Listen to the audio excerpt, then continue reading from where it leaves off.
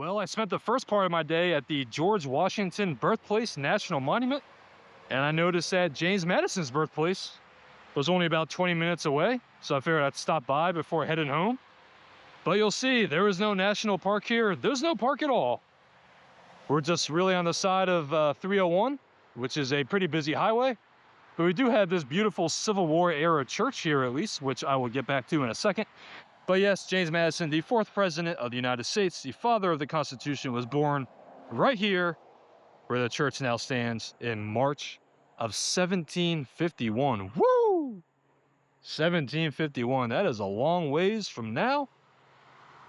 That house stood on Belgrove Plantation, which is actually out here still. You can go visit it. You can stay overnight even, I believe.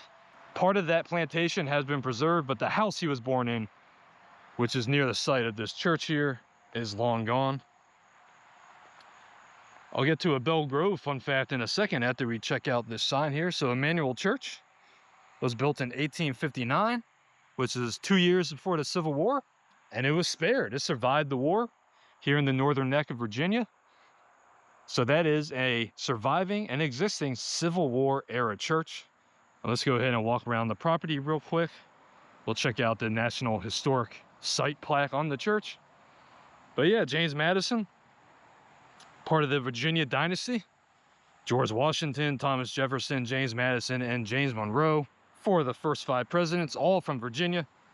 And the more you check out historic sites in Virginia, you'll start to feel the way that I do, that those 4 families seem to own the whole state at one point, along with the Lee family. Of course, that's not completely true, but if you get out to a lot of these sites like I have, you'll start to feel that way.